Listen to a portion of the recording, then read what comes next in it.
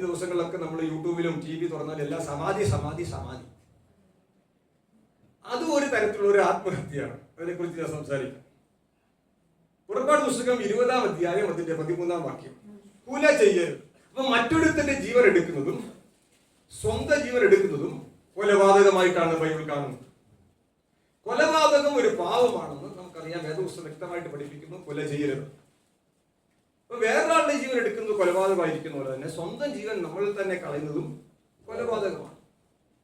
ഗർഭത്തിലിരിക്കുന്ന ഒരു കുഞ്ഞിനെ കൊല്ലുന്നത്, ഗർഭചിത്രം, ശിശുഹത്യ, അതും കൊലപാതകമായിട്ടാണ് ബൈബിൾ പറയുന്നത്. അപ്പോൾ കൊലപാതകം പാവമാണ്.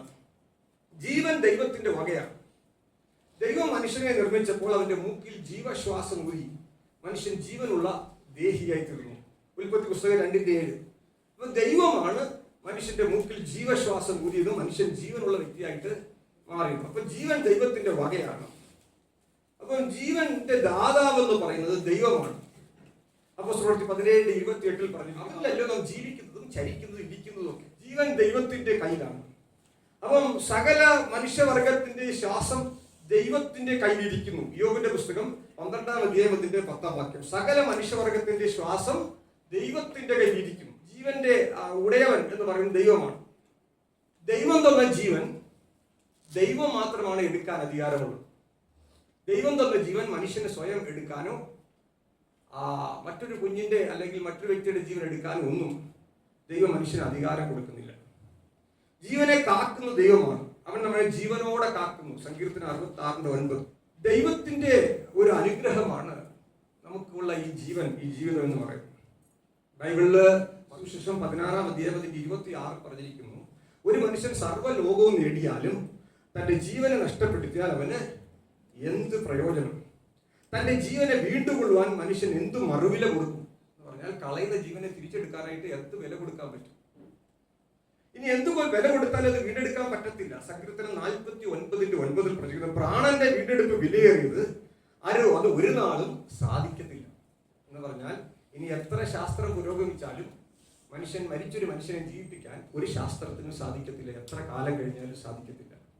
കാരണം ആ പ്രാണന്റെ ജീവൻ വിലയേറിയതാണ്. അത് വീണ്ടെടുക്കാൻ ഒരു നാളും സാധിക്കത്തില്ല എന്ന് ബൈബിൾ പറയുകയാണ്. അപ്പോൾ ജീവന്റെ ദാതാവ് ദൈവമാണ്. ജീവന്റെ മേൽ അധികാരമുള്ളത് ദൈവത്തിനാണ്. വേദപുസ്തകത്തിലും ആത്മഹത്യ ചെയ്ത അനേക വ്യക്തികളുണ്ട്. എന്നാൽ ഈ ആത്മഹത്യ വ്യക്തികളൊക്കെ നിങ്ങൾ പഠിച്ചു നോക്കിയാൽ അവർ ആത്മഹത്യന് മുമ്പ് പിന്മാറിപ്പോയവരായിരുന്നു, പിന്മാറ്റക്കാരായിരുന്നു.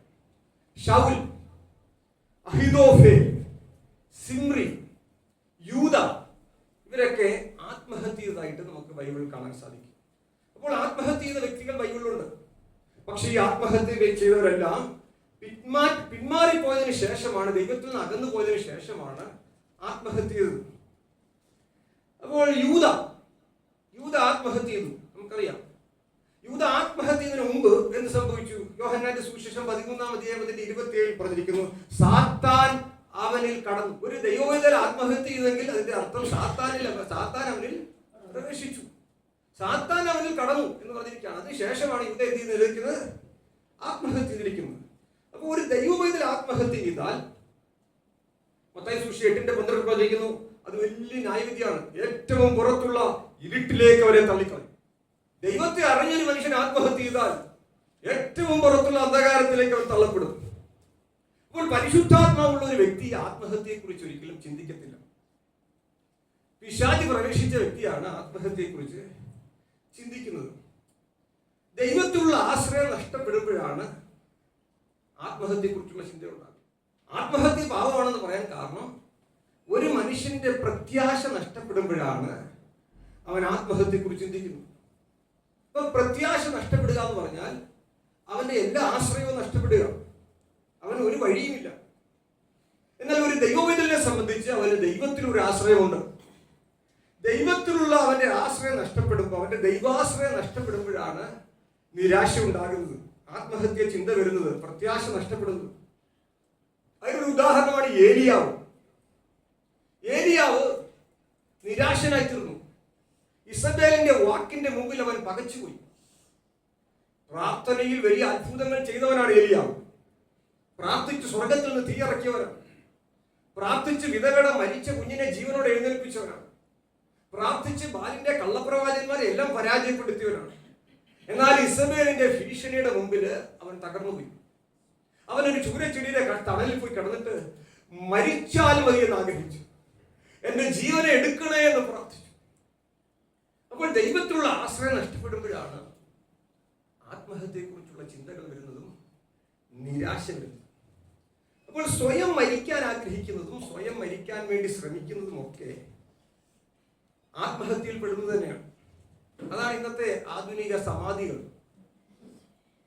വയ്യാതൊക്കെ കിടക്കുമ്പോൾ, എനിക്ക് നടക്കാനൊക്കെ വയ്യാതൊക്കെ തോന്നുമ്പോൾ, ആ മക്കളും ഭാര്യയും എല്ലാം എതിരായിട്ടൊക്കെ തീരുമ്പോൾ ചിന്തിക്കും, എന്തിനിങ്ങനെ ജീവിക്കണം, ആത്മഹത്യ ചെയ്യാം.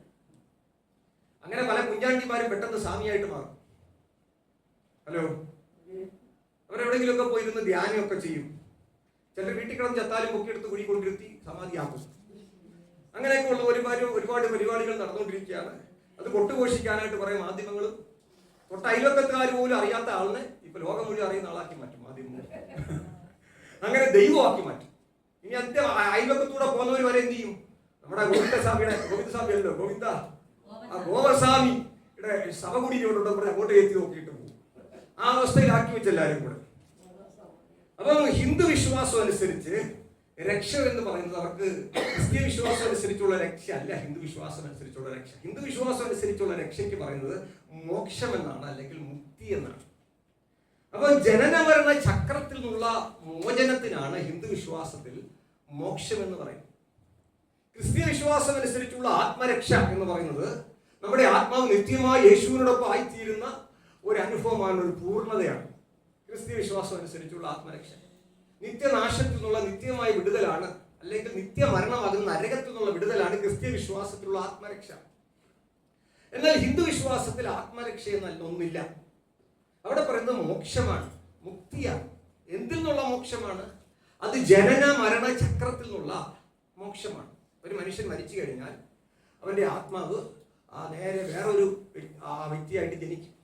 വേറൊരു മനുഷ്യനായിട്ട് ജനിക്കാം, അല്ലെ മൃഗമായിട്ട് ജനിക്കാം, അല്ലെ പുഴുവായിട്ട് ജനിക്കാം, അല്ലെ പട്ടിയായിട്ട് ജനിക്കാം, അല്ലെ ഓന്തായിട്ട് ജനിക്കാം. അങ്ങനെ എന്തെങ്കിലുമൊക്കെ ആയിട്ട് ജനിക്കും. അപ്പൊ നമ്മൾ നടന്നു പോകുമ്പോൾ പോലും സൂക്ഷിക്കണം. വഴിയിൽ കാണുന്ന ചില തവളയോ ചില പുഴുവോ ഒക്കെ നിങ്ങളുടെ അപ്പൂപ്പനാവാൻ സാധ്യതയുണ്ട് ഹിന്ദു വിശ്വാസം അനുസരിച്ച്. അപ്പൊ അങ്ങനെ പലതായിട്ട് മാറും. അപ്പൊ ഹിന്ദു വിശ്വാസം അനുസരിച്ച് ഇങ്ങനെ ജനനമരണ ചക്രത്തിൽ ഇങ്ങനെ പോയിക്കൊണ്ടിരിക്കും. ഒരു മനുഷ്യൻ നല്ല രീതിയിൽ ജീവിച്ചാൽ അവന് നല്ല ജന്മം ലഭിക്കും. മോശമായിട്ട് ജീവിച്ചാൽ അവൻ ഓന്തായിട്ടൊക്കെ ജനിക്കും, പണ്ടനായിട്ടൊക്കെ ജനിക്കും. അതൊക്കെയാണ് ഒരു പറയുന്നത്. അപ്പൊ അവന്റെ ജീവിതം അനുസരിച്ച് അങ്ങനെ ജനനമരണ ചക്രത്തിൽ ഇങ്ങനെ കിടന്ന നരകിച്ചുകൊണ്ടിരിക്കും. എന്നാൽ ഈ ചക്രത്തിൽ നിന്നുള്ള മോചനമാണ് ഹിന്ദു വിശ്വാസം പറയുന്ന മോക്ഷം. ജീവാത്മാവ് പരമാത്മാവിൽ ലയിച്ച് ജീവാത്മാവിന്റെ അസ്തിത്വം ഇല്ലാതായിത്തീരുന്ന അനുഭവമാണ് ഹിന്ദു മതം പഠിപ്പിക്കുന്ന മോക്ഷം എന്ന് പറയുന്നത്. എന്ന് പറഞ്ഞാൽ ഒരു പാത്രത്തിൽ കുറച്ച് വെള്ളം എടുക്കും. ഇപ്പൊ സമുദ്രത്തിൽ നിന്ന് കുറച്ച് വെള്ളം എടുക്കും. അത് ഒരു പാത്രത്തിൽ നിന്ന് വേറൊരു പാത്രത്തിലോട്ട് ഒഴിക്കുന്നു. ആ പാത്രത്തിൽ നിന്ന് വേറൊരു പാത്രത്തിലോട്ട് ഒഴിക്കുന്നു. ഇങ്ങനെ ഉടുപ്പ് മാറുന്ന പോലെ ഇങ്ങനെ പല പല പാത്രങ്ങളിൽ ഈ വെള്ളം മാറിക്കൊണ്ടിരിക്കും. ഒടുവിൽ ആ വെള്ളം തിരിച്ച് സമുദ്രത്തിൽ ഒഴിക്കുമ്പോൾ ആ മോക്ഷം ലഭിക്കും. നിങ്ങൾക്ക് മനസ്സിലാവുന്നുണ്ടോ ഞാൻ പറയുന്നത്? ഇതുപോലെ ആത്മാവ് പല പല ചക്രത്തിലൂടെ കറങ്ങി ആ ജീവാത്മാവ് പരമാത്മാവാകുന്ന, ഇപ്പൊ സമുദ്രം പോലെ പരമാത്മാവിൽ പോയി ലയിക്കുന്ന അനുഭവം. പിന്നെ ജീവാത്മാവിന് അവിടെ അസ്തിത്വമില്ല, ഒന്നുമല്ലാതായി തീരുന്ന അനുഭവമാണ് ഹിന്ദു മാർഗം പഠിപ്പിക്കുന്ന മോക്ഷം. എന്നാൽ ക്രിസ്തീയ വിശ്വാസം പഠിപ്പിക്കുന്ന രക്ഷ എന്ന് പറയുന്നത്, ക്രിസ്തീയ വിശ്വാസത്തിൽ ജനനമരണ ചക്രങ്ങളില്ല. ക്രിസ്തീയ വിശ്വാസത്തിൽ വീണ്ടും ജനനമുണ്ട്. ആത്മാവ് വീണ്ടും ജനിക്കുന്ന അനുഭവം, ആത്മാവിന്റെ വീണ്ടും ജനനം. അത് പുനർജന്മമല്ല, വീണ്ടും ജനനമാണ്. യേശു ക്രിസ്തു വിശ്വസിക്കുമ്പോൾ ആത്മാവിൽ ഒരു പുതുജനനം ഉണ്ടാകും. അങ്ങനെ വീണ്ടും ജനിച്ച വ്യക്തിക്ക് നിത്യജീവൻ ലഭിക്കും. അവനാണ് ആത്മരക്ഷ ലഭിക്കുന്നത്. ആത്മരക്ഷ എന്ന് പറഞ്ഞാൽ യേശു ക്രിസ്തുവിനോടൊപ്പം ആയിത്തീരുന്ന നിത്യമായ ഒരു ജീവിതത്തിൽ പ്രവേശിക്കുന്ന അനുഭവമാണ്. ക്രിസ്തുവിനോടൊപ്പം ആയിത്തീരുന്ന അനുഭവമാണ്. അതൊരു പൂർണ്ണതയാണ്, ഇല്ലാതായിത്തീരുന്ന അനുഭവമല്ല. ഭഗവത്ഗീതയിലെ 4 പഠിപ്പിക്കലുകളുണ്ട് മോക്ഷത്തിന്. അതൊന്ന് ഭക്തി മാർഗം. ഏതെങ്കിലും ഒരു ദൈവത്തെ ഇങ്ങനെ ഭക്തിയോടെ ആരാധിച്ച് ആ ദൈവത്തിൽ തന്നെ ആശ്രയിച്ച് ജീവിക്കുന്ന അനുഭവമാണ് ഭക്തി മാർഗം. അതിലൂടെ മോക്ഷം പ്രാപിക്കും. മറ്റൊരു മാർഗമാണ് ജ്ഞാനമാർഗം. ജ്ഞാനം നേടുക, ജ്ഞാനത്തിലൂടെ മോക്ഷം നേടുക. അപ്പം അഹം ബ്രഹ്മാസ്മി എന്നൊക്കെ പറയുന്നതാണ്. ഞാൻ നീ ഒന്നാണ് എന്നൊക്കെ പറയും. അപ്പൊ ജ്ഞാനമാർഗം. ഇനി മറ്റൊരു മാർഗമാണ് കർമ്മമാർഗം. പ്രതിഫലം ഇച്ഛിക്കാതെ കർമ്മം ചെയ്തുകൊണ്ടിരിക്കുക, ഒന്നും തിരിച്ചു പ്രതീക്ഷിക്കാതെ നല്ല സത്കർമ്മങ്ങൾ ചെയ്തുകൊണ്ടിരിക്കുക. അങ്ങനെ കർമ്മത്തിലൂടെ പ്രവൃത്തിയിലൂടെ രക്ഷ പ്രാപിക്കുക, അതാണ് കർമ്മമാർഗം. മഹാത്മാഗാന്ധി ഒരു കർമ്മയോഗിയായിരുന്നു. കർമ്മമാർഗത്തിലൂടെ താൻ മോക്ഷം പ്രാപിച്ചു എന്നൊക്കെ പഠിപ്പിക്കുന്നുണ്ട്. ഇനി ഹിന്ദു വിശ്വാസത്തിലെ മറ്റൊരു മോക്ഷമാർഗമാണ് രാജയോഗം. ഭക്തിമാർഗം, ജ്ഞാനമാർഗം, കർമ്മമാർഗം, രാജയോഗം.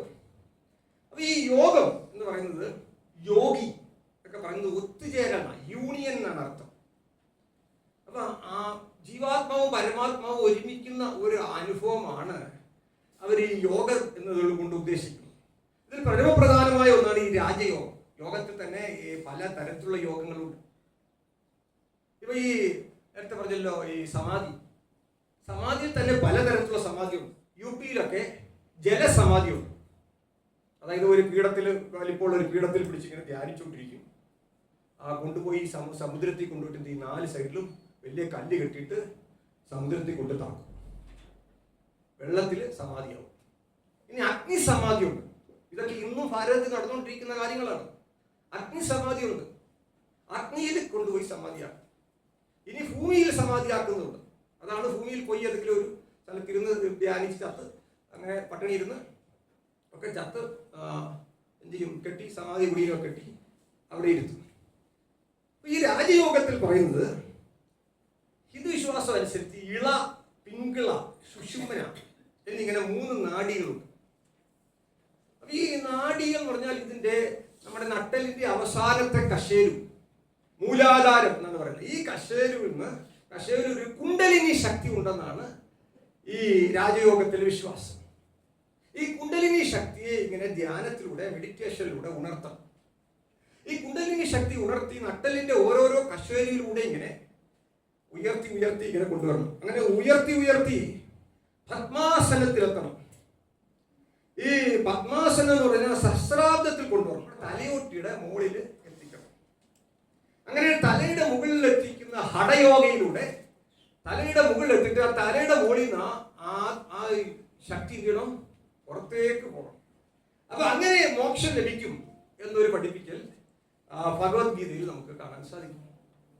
നമുക്കറിയാം, ഇന്ന് കാണുന്ന പല സമാധികളും എനിക്കറിയാം, നമ്മൾ പലയിടത്തും വായിച്ച് കേട്ടുമൊക്കെ പറഞ്ഞൊക്കെ നമുക്കറിയാം. ഗുരു ഇങ്ങനെ സമാധി ഇരിക്കാനായിട്ട് പോയിരിക്കും. എന്നിട്ട് ഗുരു ശിഷ്യനോട് ഒരു ചത്തില്ല, നീ തേങ്ങ എടുത്തിട്ട് തലയിൽ അടിച്ചോളോ, എന്നിട്ട് സമാധി ആക്കോടെ സ്ലാവിട്ട് കൂടിക്കോളും. അപ്പൊ അങ്ങനെയൊക്കെയുള്ള ഒത്തിരി സമാധികളുടെ കഥ നമുക്കറിയാം. ഇതിന്റെയൊക്കെ പിന്നാമ്പുറങ്ങൾ നമ്മൾ പരിശോധിക്കാൻ പോകുമ്പോൾ വളരെ രസകരമായ കാര്യങ്ങളാണ്. എന്നാൽ ബൈബിൾ വ്യക്തമായിട്ട് പഠിപ്പിക്കുന്നുണ്ട്, സ്വയം മരിക്കുന്നത് ഇങ്ങനെയുള്ള വേദപുസ്തക ക്രിസ്തീയ വിശ്വാസത്തിന്റെ അടിസ്ഥാനത്തിൽ ഈ സമാധികളെല്ലാം ആത്മഹത്യയിൽപ്പെടുന്നതാണ്. 1 യോഹന്നാൻ 3:15 പറഞ്ഞിരിക്കുന്നത്, യാതൊരു കൊലപാതകനും നിത്യജീവൻ ഉള്ളിൽ വസിച്ചിരിപ്പില്ല. അപ്പോൾ കൊലപാതകം ആ വ്യക്തിയുടെ നിത്യജീവൻ വസിക്കുന്നില്ല.